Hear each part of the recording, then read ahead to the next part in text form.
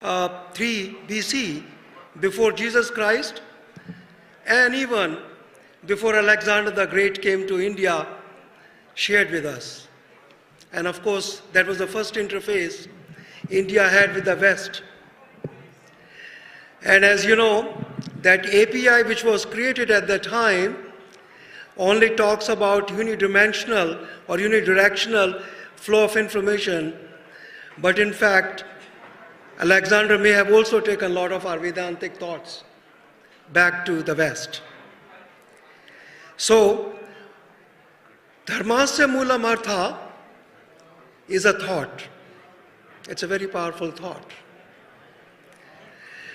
And a thought is the most powerful thing in this world.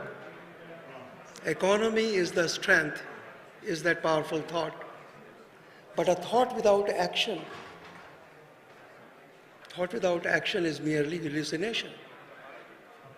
It's like an arrow resting on the string of a bow without having been pulled.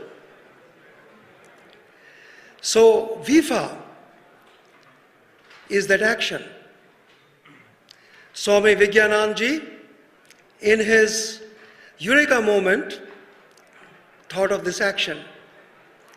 He's an IIT trained engineer with excellent prospects both in India and abroad, and yet he decided to devote his life for creation of this action. Pulling string of that bow, which is mounted like a Ramban, Swamiji is expecting a huge outcome from this action.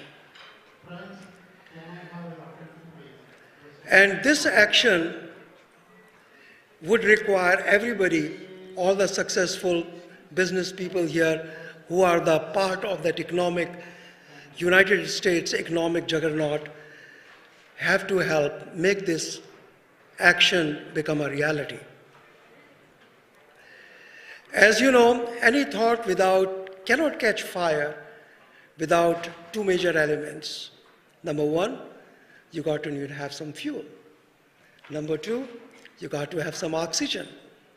So what is that ingredient? I know a lot of us here in this room are entrepreneurs. What are the major ingredients for this entrepreneurial thought to catch fire? Of course, there are many, but most important two factions are talent and capital.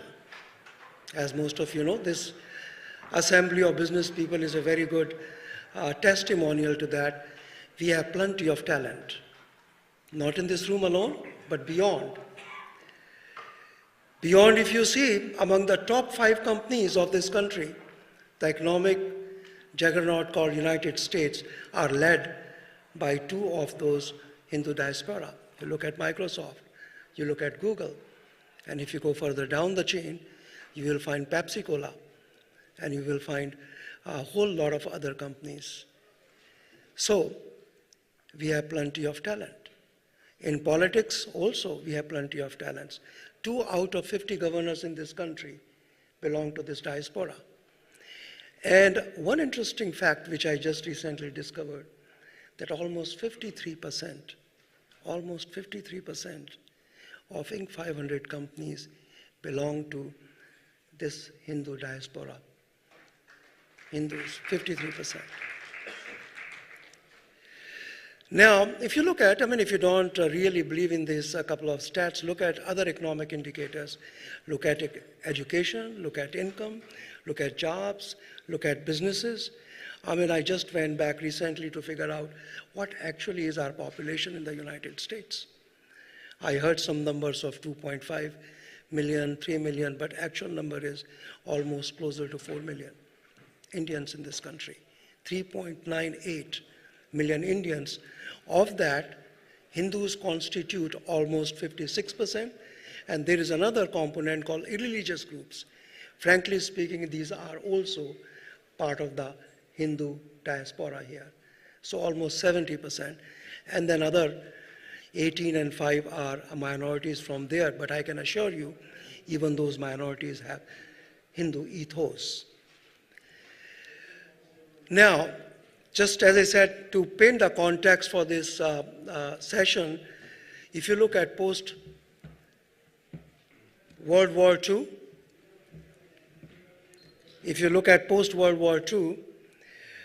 you would find that United States displaced Britain after almost, 700-800 years of hegemony. Prior to that, of course, you had Roman Empire. And if you take BC, the birth of Christ as the hallmark, our civilization goes almost 3,000 years before that. Acharya Chanakya, around 283 BC. So, after that, of course, Japanese, who were completely decimated after the Second World War, yet they came back with the Japanese Renaissance. And the most important thing really in their Renaissance was not importation of Western thought, but they built the second largest economy on their own heritage, Kanban, GIT, just in time. So we really got to go back to our roots, our heritage. Chinese, of course, displaced them recently in this century. Now the question of this Ramban which Swamiji have pulled is that can 1.2 billion strong Hindus around the world, Indians around the world, can catapult our country into this 21st century into an economic power of the world. And I have sincere belief that yes, we can, because we as Hindus are natural entrepreneurs. Natural entrepreneurs. You know that sabji wala who comes, shouts for, vegetable le lo, down to the big businesses. These are all entrepreneurs in their own right. So we have to help Swamiji. We have to help Swamiji with this barn, so that this barn can bring that, Rama's barn can bring that Rama Rajya, what she's dreaming about. And Dharmasya Moolam could be really a reality.